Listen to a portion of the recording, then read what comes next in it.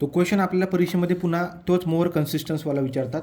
तो मोर कन्सिस्टन्सच्या केसमध्ये coefficient of variation काढायचा असतो. मीन डिवाइड बाय आपलं सिग्मा म्हणजे standard deviation divide by mean करा तुम्ही, तुमचा आन्सर येऊन जातो. बघू बरं आता following data pertain to two worker doing the same job in factory. Okay, तर मग काय काय दिले, वर्कर ए आणि वर्कर बी.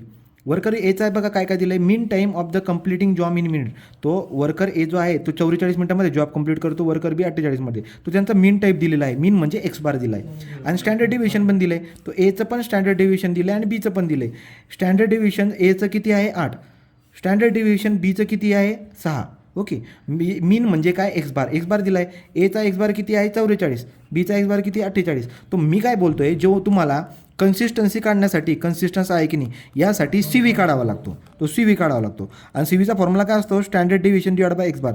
मग तुमच्याकडे दोघं व्हॅल्यू आहे की नाही, मग तुम्हाला नवीन टेबल बनवायची गरज नाही आहे. मागच्या उदाहरणामध्ये त्यांनी स्टँडर्ड डेविएशन दिला नव्हता, तो व्हॅरियन्सवरून रूट करून काढायचा होता, म्हणून टेबल लिहिला आपण. ओके, मग आता आपण काय करणार, ओके तर आपण आता काय करणार बरं का, कट झालं का नाही, चला.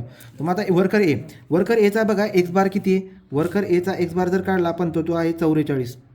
किती आहे 44. वर्कर एचा स्टँडर्ड डेविएशन किती आहे, सिग्मा इज इक्वल टू 8. तो सी व्हीचा फॉर्म्युला काय असतो, sigma divide by X bar into 100 म्हणजे 8 डिवाइड बाय 44 इंटू 100. मग किती उत्तर आलं होतं याचं उत्तर येतं आहे 18.18%. ओके, आता घ्या दुसरा वर्कर बी जो आहे वर्कर बी, हा बघा वर्कर बी त्याचा एक्स बार किती आहे, मीन हे काही तर दिलं आहे ना, मीन किती बरं का वर्कर बीचा किती आहे 48. ओके, तो 48. मग आता आपण काय करणार आहे, लिहा मग x bar is equal to किती त्याचा 48. स्टँडर्ड डिव्हिजन किती आहे, इथे किती आहे 6. तो सी व्ही कसा काढणार आपण आता, standard division divide by X bar into 100. मग करा 6 divide by 48 into 100.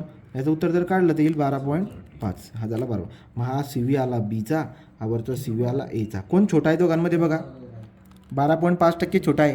So therefore बी जो आहे तो छोटा आहे म्हणून लिहायची तर सी व्ही ऑफ बी हा छोटा आहे, सी व्ही ऑफ ए पेक्षा जो छोटा असतो तो मोर कन्सिस्टन्स असतो.